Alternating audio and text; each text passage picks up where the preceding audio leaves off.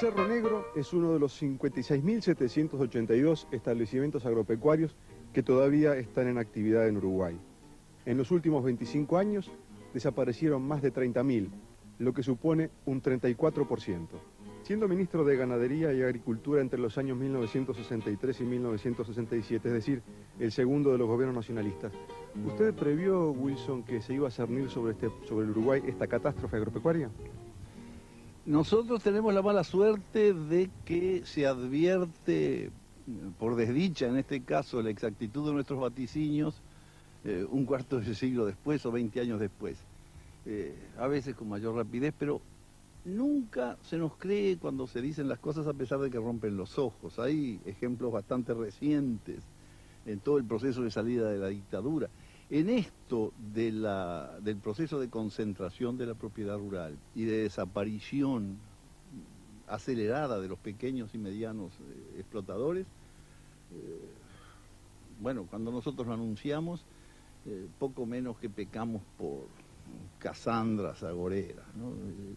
Sin embargo, el proceso ya estaba en marcha y cuando reclamamos una reforma de las estructuras agrarias afectando fundamentalmente estos temas de la tenencia y del tamaño de los predios, bueno, tratamos de impedir continuar un proceso que es lo más triste que le está ocurriendo al Uruguay.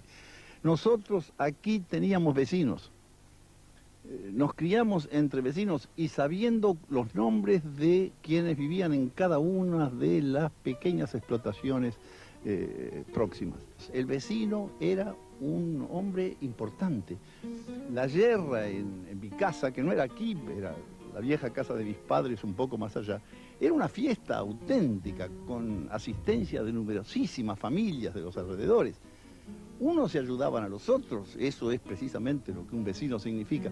Hoy todos se han ido al pueblo, esto ha quedado absolutamente vacío. Teníamos 2 escuelas en la zona, tenían además una gran influencia cultural, aún social en el medio. La maestra era el centro de, qué sé yo, de difusión de cultura, pero además era una consejera, pesaba en las familias el pago. Bueno, de las 2 escuelitas, una está por cerrar por falta de niños y la otra tiene los niños muy escasos. De 70 u 80 niños que había en una escuelita aquí del oratorio, deben sobrar los dedos de una sola mano para contarlos. Llegamos a tener solamente 2 o 3. Este año hay 4 o 5 más, pero es realmente desolador. Había pequeños comercios, todo eso ha ido desapareciendo, la gente no queda.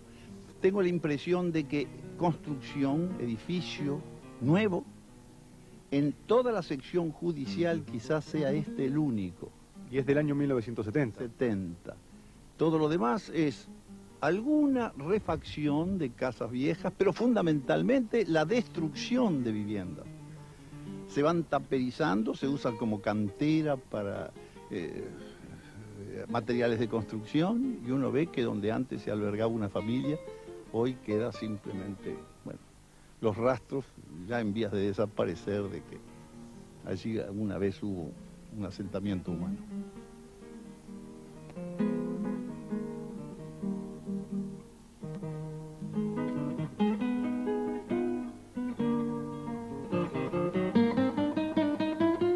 Si no hubiera sido por esta torre, a Wilson le hubiera costado mucho reconocer desde el aire el patio de su casa aquí en Castillo, porque fue precisamente en avión que usted llegó al Cerro Negro después que fue liberado de la cárcel de Trinidad. Este árbol que estamos viendo tenía apenas 20 centímetros cuando usted marchó al exilio y seguramente no le hubiera bastado para reconocer el patio de su casa. No, yo no reconocí ni con torre y todo. Simplemente le dije al aviador, no, ahí no es mi casa. Porque todo había cambiado. El arbolito, que no lo planté yo, lo plantó mi mujer, es un timbó, una oreja de negro. Tenía qué sé yo, 20 centímetros realmente, y nos encontramos con este árbol enorme. Ahora no se advierte tanto porque está comenzando a cambiar la hoja, para perder la hoja. Mirado desde el aire, todo era distinto.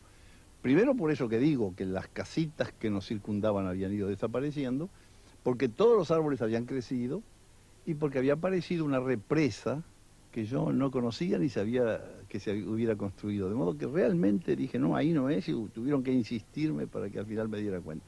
En todos aquellos años del exilio, en Londres, en España, en Argentina, quizá no tanto en Argentina porque usted ahí desarrolló alguna actividad agropecuaria, pero en los otros países, ¿era esto, Wilson, lo que más extrañaba, la vida de campo, la vida de productor agropecuario?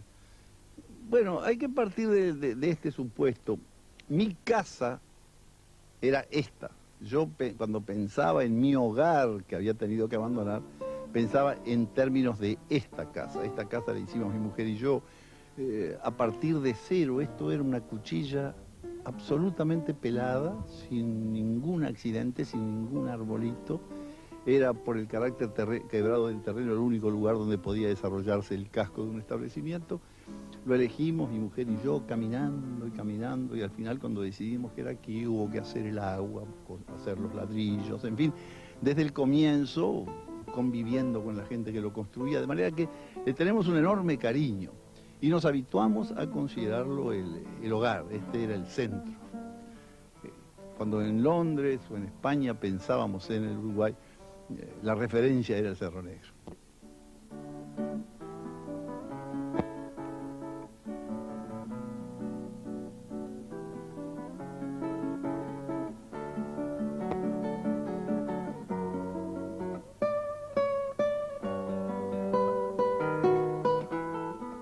Para mí, Puntas de la Sierra, que es toda esta zona, ¿no? Todo este paraje, está asociado a los momentos quizá más señalados de mi vida.